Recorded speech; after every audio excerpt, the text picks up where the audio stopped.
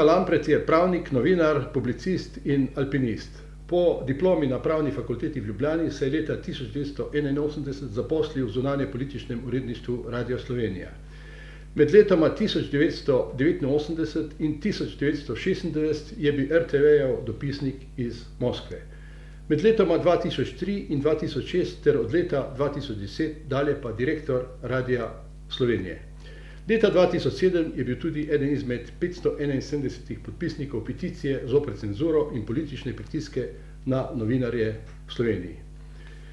Skratka, začeli bi z vašim obdobjem v Moskvi, ko ste bili dopisnik v tistih burnih časih v Sovjetski zvezi. Vprašanje bi bilo, ali je imela perestrojka, ki je uvedel takratni predsednik Sovjetske zveze Mihail Gorbačov, kakšen vpliv na dogajanje v Sloveniji in Jugoslaviji, kjer vemo, da je tudi potekalo burno dogajanje, v bistvu razpad nekdanje Jugoslavije. Hvala za predstavitev, hvala za povabilo. Bi mogoče samo še dopolnil, da sem do marca leta 2019 sem bil res direktor nacionalnega radia, odtlej pa sem komentator v uredništvu za zunanjo politiko na Radiu Slovenija. Vaše vprašanje je v bistvu zelo nekako vprašanje, ki terja kompleksen odgovor, kajti govoriva o dogodkih več kot 3 desetletja nazaj. In seveda perestrojka Mihaila Sergejeviča Gorbačova in pa glasnost, po mojem skromnem mnenju, ni imela samo velikega vpliva na dogajanje na območju bivše Jugoslavije, s tem tudi Slovenije, pač pa tudi širše, na celotnem območju tako imenovanega vzhoda, vzhodnoevropskih držav, ki so bile tedaj še vedno nekako pod klobukom Zveze sovjetskih socialističnih republik. Seveda, Mihail Gorbačov je za razliko od kitajskega voditelja Deng Xiaopinga začel pri tako imenovani glasnosti, pri reformah političnega sistema. Zaostal je pa pri reformah gospodarskega sistema. In zdaj, bom rekel, dobrih 30 let potem vidimo, kam so te zadeve na nek način pripeljale. Kitajska je vodilna, bi rekel, komunistično-kapitalistična gospodarska država sveta in velesila. Sovjetska zveza je pa medtem doživela, se pravi leta 1991, kolaps, razpad sistema, razpad Zveze sovjetskih socialističnih republik in medtem smo seveda tudi mi doživeli razpad unitarne Socialistične federativne republike Jugoslavije. Kar je zanimivo, takrat, ko sem seveda odhajal kot dopisnik v Moskvo, sem bil državljan Jugoslavije in sem odšel v Sovjetsko zvezo. Ko sem prišel nazaj, je bila samostojna Slovenija, ni bilo več Jugoslavije in ni bilo več Sovjetske zveze, pač pa Ruska federacija. Menim, da je Gorbačov absolutno z temi, bi rekel, velikimi koraki na področju družbene prenove storil veliko pomembnih zadev. Seveda pa mislim, da je v neki optiki vendarle podcenjeval hitrost dogodkov. Kajti zadeve so nekako, ko enkrat duh pobegne iz steklenice, ga je težko brzdati. In mislim, da so Gorbačova dogodki prehiteli. Pa vendarle mislim, da je s tem, ko je spodbudil v bistvu reforme, mnogoplastne reforme, žal zaostal je pri reformiranju gospodarskega sistema, bom rekel, tako imenovane petletke gospodarskega sistema in pa razvoja očitno niso mogle preživeti in seveda bil je pa tudi žrtev nekih drugih premikov in pa sprememb, ki so se začele pa že znotraj največje entitete Sovjetske zveze, se pravi znotraj Ruske federacije.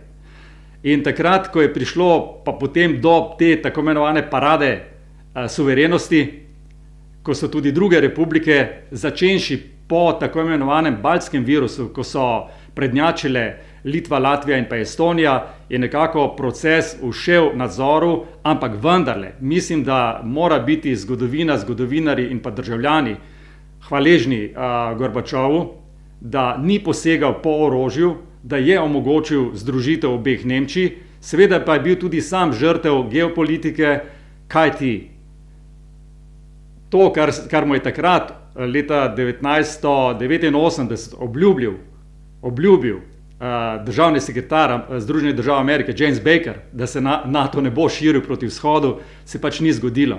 NATO se je od leta 1997, potem 97, ko so se mu pridružile še 14 članic, med drugim tudi Slovenija, je NATO odšel krepko na vzhod za dobrih 1000 kilometrov.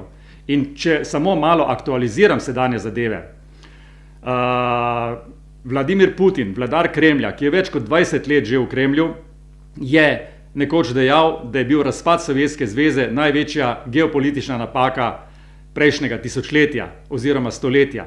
In to, kar zdaj gledamo, se mi zdi pa, da želi narediti popravni izpit, da želi storiti to, kar ni uspelo Gorbačovu, da bi nekako Putin za svojo, bi rekel, vladajočo elito, ki meji na, bi rekel, diktaturo, da bi želel ustaviti nadaljne premikanje Severnoatlantske vojaške zveze oziroma zavezništva proti vzhodu. Če strnem, mislim, da je bil vpliv Gorbačova na tedanje vretje, na pomladi znotraj vzhodnega evropskega bloka in tudi znotraj Jugoslavije, vštevši Slovenijo, da je imelo zelo pozitivno sporočilo, da pa se seveda ni šlo tako, kot je pač Mihail Sergejevič Gorbačov, njegov zunanji minister Ševarnaze in pa intelektualni avtor perestrojke Jakovljev, da se pa ni šlo iz različnih razlogov, zaradi katerih pa upam tudi, da bom lahko v nadaljevanju kaj več pojasnil in natančneje elaboriral, zakaj. No, leta 1988 je Gorbačov obiskal tudi Jugoslavijo in po vsej sili je po pričevanju Milana Kučana in Josipa Vidmarja, ki smo ga tudi posneli, hotel takrat obiskati Slovenijo. In to se je tudi zgodilo leta 1988. Kako je Gorbačov gledal na reforme, ki so se takrat dogajale v Sloveniji in tudi na odcepitvene težnje, ki so se takrat že pojavile? Mislim, da je do tega obiska prišlo marca leta 1988. V Sloveniji in tudi v Jugoslaviji je bila res močna, številčna sovjetska delegacija. Mislim, da je bil Mihail Sergejevič Gorbačov fasciniran nad razvojem v Sloveniji. Kolikor vem, je bil v Ljubljani, na Brdu pri Kranju, potem je pa odletel, če se ne motim, v Dubrovnik. Kot sem ugotovil in potem iz kasnejših, bi rekel, tudi zapiskov videl in analiziral, zanga je bila Slovenija nekakšna socialistična izložba, se pravi v najboljšem pomenu besede. Najbrž je bil fasciniran s tem, da smo bili pač najbolj razvita, bi rekel, Jugoslovanska republika in na nek način tudi, bi rekel, najmanj obremenjena z nekimi partijsko-represivnimi pritiski. Hkrati tudi na nek način svobodna v smislu prehajanja zahodne meje. In to je prav gotovo skratka ta gospodarski razvoj, on je bil nad tem in nad gospodarskimi dosežki zelo, zelo navdušen. Seveda pa moram reči, da sem kasneje tudi na tiskovnih konferencah, ki jih je imel Mihail Sergejevič Gorbačov, da sem ga nekoč tudi, to je bilo leta 1991, spomladi, vprašal v bistvu, kako gleda na te, bi rekel, odcepitvene težnje oziroma bi rekel na te emancipacijske zahteve posamičnega naroda, da sicer ponudi dialog v unitarni skupnosti, če pa ta dialog ni mogoč, pa se odloča seveda tudi za svoje, bi rekel, uresničene emancipacijskih težnj. Takrat pa je bil Mihail Sergejevič Gorbačov že zelo, bi rekel, zadržan do tovrstnih pojavnih oblik in pa teženj. Moram pogledati še korak nazaj. Mislim, da je bil dr. Dimitrij Rupel 14. decembra leta 1990 v Moskvi in takrat ga je sprejel namestnik sovjetskega zunanjega ministra Ševarnadzeja, to je bil Julij Kvičinski. Julij Kvičinski je bil pa izredno uglajen diplomat in pa znameniti pogajalec ameriško-sovjetskih pogovorov v Ženevi. Dimitrij Rupel je takrat prišel pojasnjevati načrte Slovenije glede plebiscita in to sem si zelo dobro zapomnil. Julij Kvečinski je rekel, da je to notranja zadeva Slovenije in da na to nima nihče pravice vplivati ali pritiskati. Hkrati pa je takrat povedal, se pravi decembra leta 1990, se pravi 2 leti po obisku Mihaila Gorbačova v Sloveniji, dejal, da želi, da bi bili pa odnosi med še vedno Slovenijo in Sovjetsko zvezo in Jugoslavijo in Sovjetsko zvezo, da bi se ti odnosi ohranili, da bi na Balkanu bila stabilnost. In hkrati je pa moral minister Rupel takrat zavrniti te očitke o domnevnem separatizmu.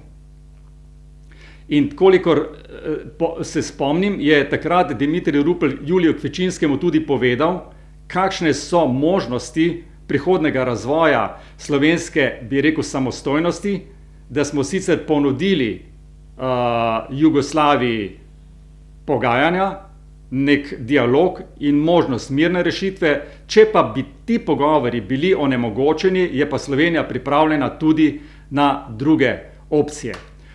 Pomembno se mi je zdelo v tistem trenutku, tako je tudi poudaril potem Dimitrij Rupel, da dialog teče in da so bili ti pogovori uspešni.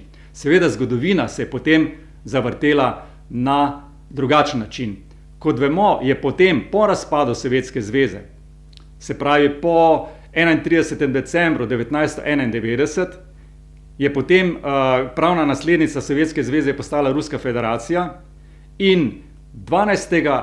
februarja 1992 je Ruska federacija polnopravno priznala razglasitev samostojnosti in neodvisnosti Republike Slovenije.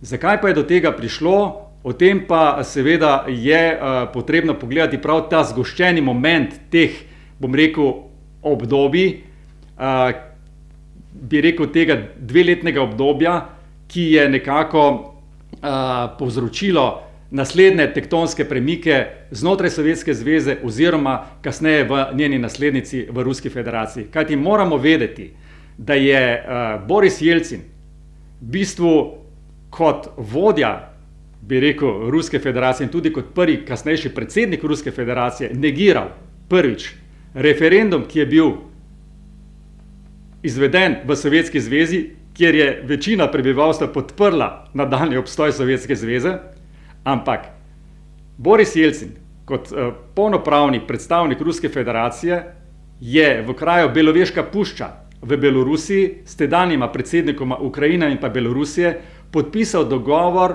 o ustanovitvi skupnosti neodvisnih držav in o razpustitvi, bi rekel, Sovjetske zveze. In s tem so potem postavili tistega decembra leta 1991 Mihaila Sergejeviča Gorbačova pred praktično izvršeno dejstvo. Da so se pa vmes še poleti leta 1991 zgodili prelomni dogodki. Vi veste, da je skupina za izredne razmere v Gorbačovovi odsotnosti, ko je bil na otoku Faros, prevzela oblast v Moskvi in razglasila izredno stanje. In to je spet izkoristil Jelcin, ki se je takrat pojavil, kot veste, na tanku. Ko se jaz spomnim, takrat je bilo na moskovskih ulicah na stotine tankov. Hoteli so izvesti izredno stanje, ampak očitno je proces te demokratizacije bil že tako močan, da bi bila edina potrebna groba vojaška sila, da bi ustavili te demokratične preobrazbe in pa vretje znotraj naroda. Jelcin je takrat prevzel pobudo in jaz bi rekel, obstaja teza, da je za dosego osebne oblasti dopustil tudi razpustitev Sovjetske zveze. Zdi se mi pa seveda, da je pomembno še nekaj.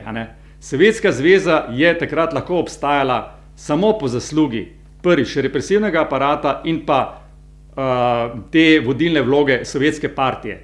Ko pa so v letih poprej opustili tako imenovani 6. člen, ki je v sovjetski ustavi govoril o avantgardni vlogi partije, tisti trenutek je bil pa praktično zabit že bolj v krsto, bom rekel, načinu vodenja tega velikega sovjetskega imperija. Brez hierarhije, brez jasno določenih pravil nadrejenosti in pa podrejenosti, v bistvu tako velike države enostavno ni bilo mogoče voditi. Vemo, da je jugoslovanski obrambni minister Veljko Kadijević obiskal Moskvo, ker je sovjetskega obrambnega ministra Jazova nekako nagovarjal, da bi podprli jugoslovansko armado pri uvedbi izrednih razmer v Jugoslaviji.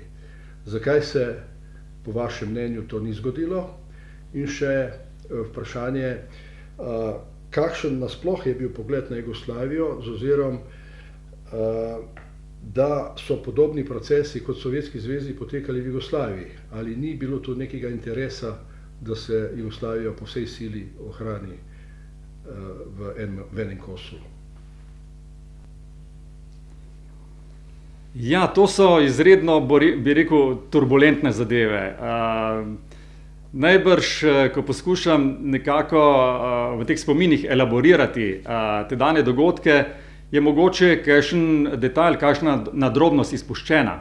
Ampak dejstvo, da je Veljko Kadijević poskušal dobiti nekako soglasje pri, bi rekel, armadnem vrhu Sovjetske zveze, je po moje samo po sebi protislovno. Lahko je mogoče z vidika vojaške logike, bi rekel tudi vojaške te subordinacije, nekako logično. Ampak, mislim, da negativni odgovor njegovega ruskega kolega kaže vse na nekaj, da armadni vrh takrat prav gotovo ni mogel samovoljno delovati in da je Mihail Gorbačov svojo ekipo vendarle imel še odločilno besedo pri komuniciranju in posledičnih dejanjih sovjetskega armadnega vrha. To se mi zdi, da je ključno. Mislim, da je imel Gorbačov vendarle tudi izredno dobre svetovalce, da je imel tako imenovani politični feedback, povratno informacijo, kaj bi pomenila, recimo, kakšna bi bila simulacija nekega scenarija, če bi se zgodilo A, B ali C. In on je bil, jaz mislim, je bil izredno razumen politik, izredno, bi rekel, luciden politik in mislim, da je on in njegovo, bi rekel, najožje, bi rekel, sodelavci, da so vedeli, kaj bi to lahko pomenilo. Moram opozoriti še na nekaj. Takrat je v še Sovjetski zvezi seveda delovalo jugoslovansko veleposlaništvo. Mi smo imeli na tem veleposlaništvu občasne briefinge in vem, da je tedajni veleposlanik, sicer uglajen veleposlanik, gospod Vereš, ki je bil izrazit protagonist, bom rekel, Gorbačovove politike in tudi zagovornik unitarne, enotne države, v nekem pogovoru, ko sem pa vendarle jaz in še kolega iz Beograjske borbe in pa Zagrebškega vjesnika, Đuro Bilbija in pa Bogolip Lacvanović, ko smo nekako vendarle poskušali simulirati scenarije, da lahko vendarle Sovjetska zveza na nek način pride do neke točke brez povratka, ko bodo entitete šle po svoje, ravno zaradi tega, bi rekel, baltskega scenarija. In je potem gospod veleposlanik Vereš dejal, ne, tega pa Gorbačov prav gotovo ne bo dopustil. Ampak vendarle takrat je bil že Jelcin, bi rekel, v ozadju s svojimi političnimi načrti. Je pa res, da ta, bi rekel, srbski lobi, tudi skozi neke, bi rekel, medijske članke, obdelavo člankov, nekako absolutno ni bil naklonjen. Tudi Zvezna agencija Tanjug z tedanjim šefom Šaranovićem, dopisnikom v Moskvi, ni bila naklonjena kakršnim koli, bi rekel, odcepitvenim težnjam ali pa emancipacijskim zahtevam Slovenije, da bi nekako spodbudila neko teorijo domin znotraj Jugoslavije. Mi smo bili skozi njihovo optiko, skozi njihovo percepcijo smo bili praktično separatisti, podobno kot so bili separatisti recimo Vytautas Landsbergis, Litovec ali pa drugi, bi rekel, v Latviji ali pa Estoniji. In moramo tudi vedeti, da je pa sovjetska armada v teh krajih, zlasti v Latviji, je posredovala, v Litvi je poskušala posredovati, preko svojih tajnih agentur in tako naprej, o tem obstajajo dokumenti in to, bile so žrtve in to se seveda ni šlo, zato ker je ta proces, bi rekel, ta parada suverenosti, je ta proces, kot pravijo Rusi, že pa šel, ta proces je že stekel. Zanimivo, potem ko je Jelcin prevzel kot prvi prezident oblast v Ruski federaciji, Jelcin je spodbudil tezo svojim entitetam. Rusija ima 79 teh, bom rekel, federativnih entitet, oblasti, pokrajin. Dejal je, vzemite suverenosti, kolikor je lahko prenesete in nesete. Se pravi, po tudi ekonomskem izračunu, ampak mi moramo vedeti, kam je zadeva pripeljala v skrajni konsekvenci, ko je recimo Republika Čečenija, Republika Ičkerija razglasila svojo samostojnost in so jo ruski generali, Jelcinovi generali, sankcionirali na najbolj grob način. Ne bom zdaj našteval, da je predsednik Vladimir Putin potem pravzaprav prišel na oblast, potem ko je oblast nasledil od Jelcina, z dogovorom, da Jelcinu praktično ne bodo sodili, ko ne bo več predsednik, da je predsednik Putin tudi drugo čečensko vojno izkoristil za to, da je svojo oblast še bolj utrdil. Kot rečeno, za večino tedanjega sovjetskega, bom rekel, javnega prostora in pa tudi javnega mnenja, bom rekel, te pobude Slovenije niso bile razumljene dobrohotno. Razumeli so, kot da torpediramo v bistvu nek, bi rekel, gospodarsko-politični čudež in seveda niso razumeli teh nijans, zakaj se je praktično Slovenija zavzemala v končni posledici teh lastnih emancipacijskih zahtev za odcepitev, za razdružitev iz skupne federativne unitarne države. Kako je pa Sovjetska zveza oziroma Rusija videla mednarodno priznanje Slovenije? A je to bilo, kako je prišlo do tega priznanja ruskega Slovenije, ali je bilo to kaj povezano z Združenimi državami Amerike? Je bila tu kakšna povezava oziroma interes? In kako so se razvijali odnosi po priznanju Slovenije? Zaradi verodostojnosti bi veljalo opozoriti na dejstvo, da ob tem, da je obstajalo veleposlaništvo SFRJ v Moskvi, je hkrati že tudi delovalo, bom rekel, so delovali že tudi zametki, bi rekel, posameznikov, ki so predstavljali udarno silo, bi rekel, slovenskega izvoza takrat v Sovjetsko zvezo in da se je po jasnih aspiracijah in načrtih Slovenije za osamosvojitev, da se je prav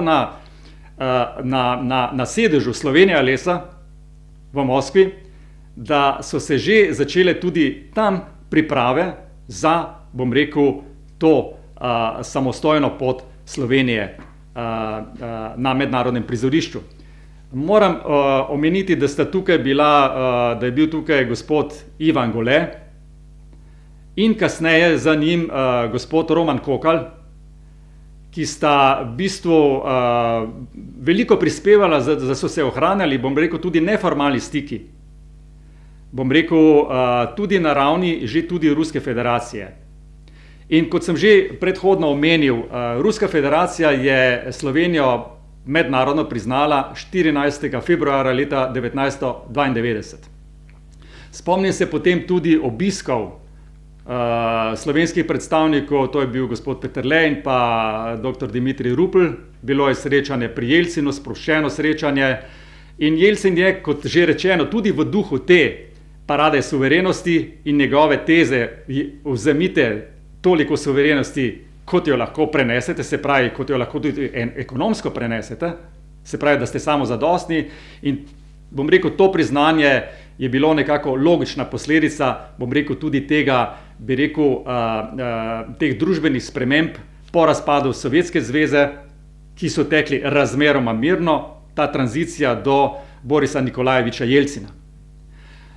Seveda je potem velik del, bom rekel, tega propulzivnega odnosa z Rusko federacijo opravilo tudi potem ustanovljeno slovensko veleposlaništvo v Moskvi, ki ga je tedaj vodil veleposlanik Saša Geržina, ki je, bi rekel, tudi z drugimi gospodarskimi subjekti okrepil v bistvu sedež, se pravi, diplomatskega in gospodarskega predstavništva Republike Slovenije v Moskvi.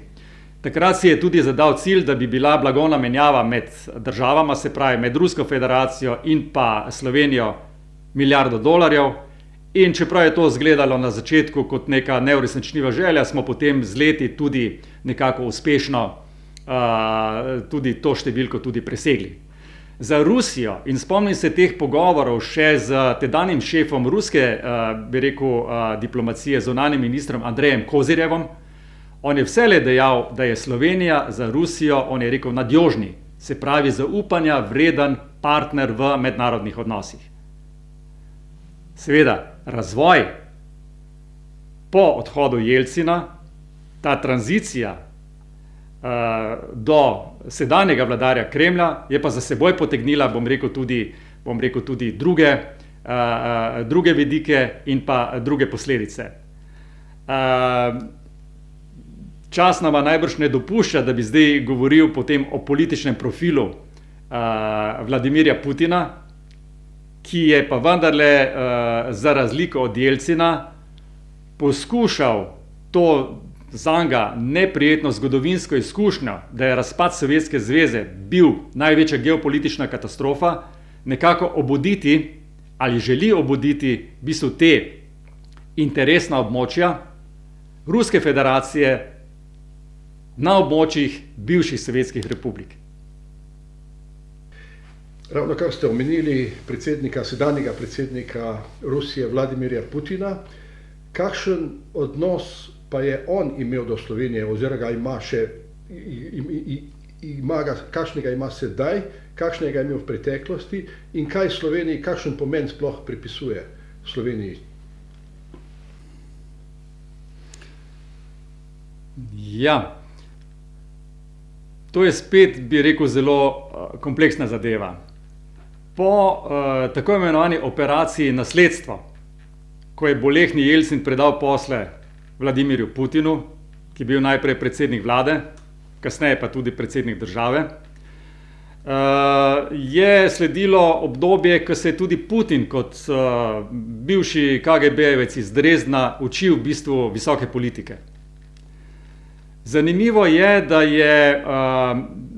je pa to svojo, bi rekel, zaenkrat neopadljivo retoriko zaostril na varnostni konferenci v Münchnu, ko je ravno lansiral, bi rekel, to tezo, da je razpad Sovjetske zveze največja geopolitična napaka minulega stoletja.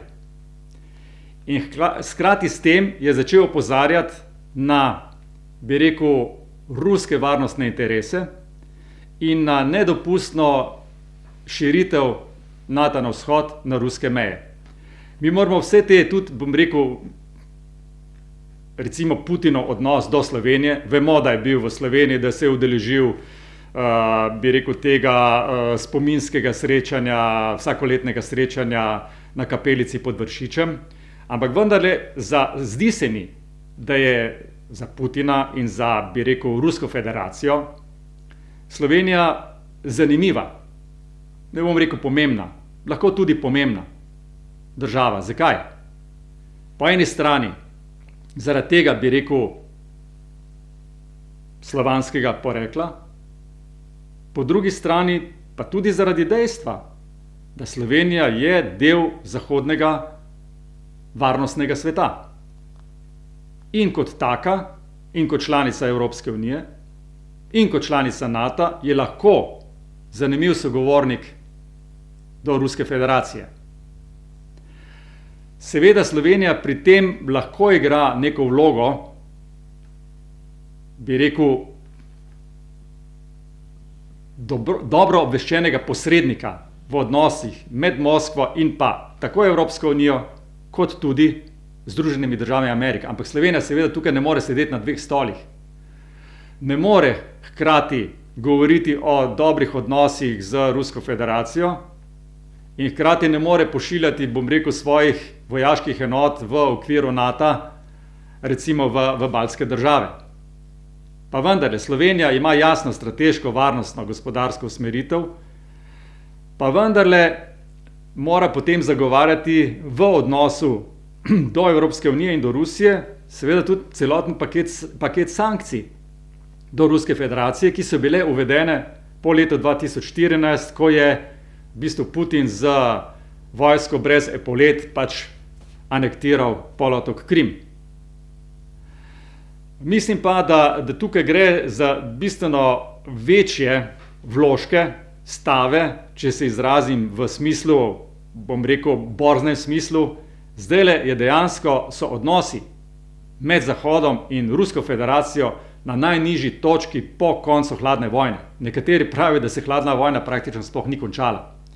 In vsi ti pogovori, ženevsko srečanje predsednikov Bidena in Putina, junija leta 2021, telefonski pogovori Putina in Bidena, diplomatska srečanja predstavnikov obeh diplomacij, seveda imajo en velik, lahko bi rekel tudi usodni pomen, da se ne zgodi nekaj na ukrajinsko-ruski meji, da zadeva ne bo eskalirala. Vse to je usmerjeno zdaj v poskuse deeskalacije in pa v diplomatska prizadevanja. Slovenija pa seveda mora upoštevati še nekaj.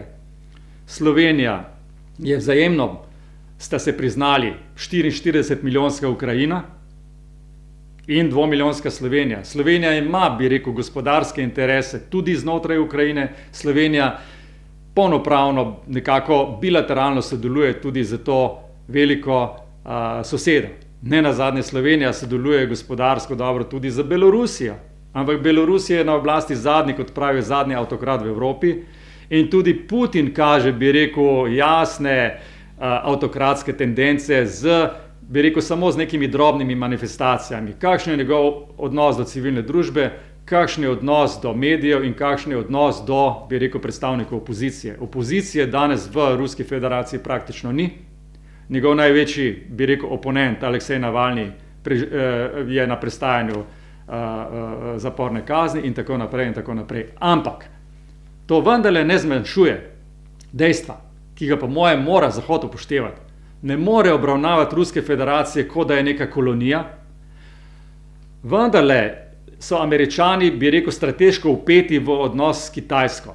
Ampak vedno bolj, ko bodo na nek način potiskali Rusijo ob stran, se bo ta navezovala spet v tem trikotniku na Kitajsko. Strateško, gospodarsko, varnostno in tako naprej. Skratka, hočem povedati, da vendarle Rusija je dejavnik, tega se zelo dobro zaveda tudi, bom rekel, nova nemška vlada, tega se zaveda francoski predsednik Emmanuel Macron in mislim, da lahko Slovenija nudi neke dobre usluge za neko dosledno, za neko polivalentno zunanjo politiko, da razvija hkrati opozarja Kremelj na določene, bi rekel, nepravilnosti in hkrati za to veliko državo pragmatično tudi sodeluje. In sodeluje tudi z Vladimirjem Vladimirovičem Putinom.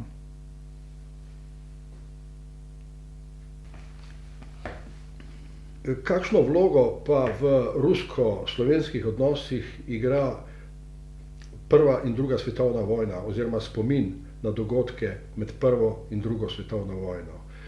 Zdi se, da smo tukaj zelo na nek način povezani. Ja, bom poskušal nekako strniti, kar zadeva Prvo svetovno vojno. Mislim, da iz tega obdobja je pač najbolj znan dogodek, ki ga nekako tudi z veliko hvaležnostjo, bi rekel, katerekoli ruske oblasti častimo in pa vzdržujemo spomin. Se pravi, to je, bi rekel, kapelica pod Vršičem. Moramo namreč vedeti, da je takrat Soška fronta potrebovala logistične linije, arterije, preko katerih je pač potekala dobava in streljiva in vsega potrebnega za vzdrževanje te Soške fronte. Takrat je pač nastala tudi ta, bi rekel, zadeva pod Mojstrano, zatem bi rekel prelazom čez Vršič, v katerem je, kot vemo, v tragičnem plazu umrlo največ, bi rekel, ruskih vojnih ujetnikov. Po drugi strani je pa seveda tudi res, da je po prvi svetovni vojni in pa po, bi rekel, ruskih dogodkih v Slovenijo, na ozemlje Slovenije ali pa bi rekel na ozemlje takratne, bi rekel, entitete skupne kraljevine, da je prebegnilo tudi veliko, bi rekel, oporečnikov iz ruskega imperija, iz tako imenovane Bele armade, ki so bili na strani, na Wranglovi strani. In zanimivo je še nekaj, da se iz tega kontingenta ljudi leta 1919 ob ustanovitvi Univerze v Ljubljani, da je bila kar tretjina profesorskega zbora, to so bili eminentni, bi rekel, ruski znanstveniki, ruski profesori, doktori znanosti. Po drugi strani je imela, bi rekel, bi rekel, emigracija pred rdečim terorjem, je imela izredno veliko vlogo tudi na celotno kulturno življenje, na gledališče, na opero. Vemo, da je v predmestju Ljubljane bilo tudi takrat naselje, ki so ga imenovali Sibirija. Tako da prepletenost teh dogodkov, tega, bi rekel, živega tkiva, tudi izjemnih usod, ta spomin je živ, te vezi so zgodovinsko neizpodbitne. Hkrati moramo vedeti, da po eni strani mi častimo spomin na, bi rekel, ruske vojne ujetnike v tem delu sveta, po drugi strani so pa naši, bom rekel, sonarodnjaki, veliko se jih je borilo tudi, bom rekel, na vzhodni fronti. In tam je malo takšnih obeležij, ki bi jih na tako, bi rekel, častitljiv spomin obeleževali in gojili, v bistvu, že skoraj, bi rekel, ritualno, kot mi skrbimo, bi rekel, za ruske vojne ujetnike, ki so bili pokopani pod tem plazom.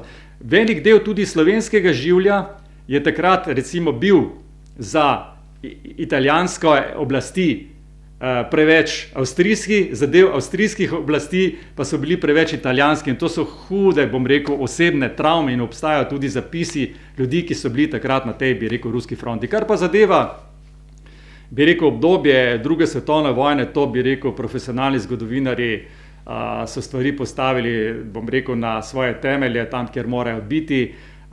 Dejstvo je, da državi sta bili zaveznici v drugi svetovni vojni. Rdeča armada je ob tem, bi rekel, pohodu na Berlin osvobodila del slovenskega ozemlja, za kar pač absolutno tukaj gre, bi rekel, zgodovinski spomin in pa priznanje, da se je to na ta način zgodilo. Kaj se je seveda potem dogajalo po drugi svetovni vojni, pa seveda del spet nekega drugega procesa in pa drugega razmisleka. Še vprašanje o slovanski duši, bi rekel nekako. Ali ima slovanstvo kakšno vlogo v medsebojnih odnosih v Evropi, oziroma nekatere slovanske države so Rusiji bolj naklonjene, druge manj. Kje je tu Slovenija?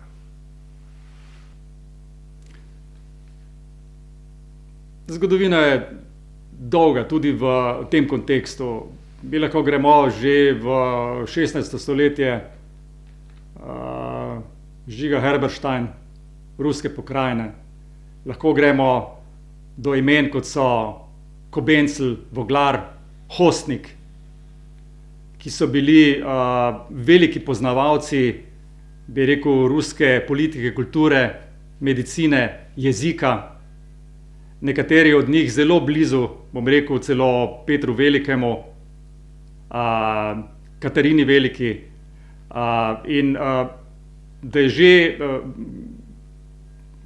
slavist Hostnik takrat napisal slovensko-ruski slovar pred 100 leti, je v bistvu fenomenalno.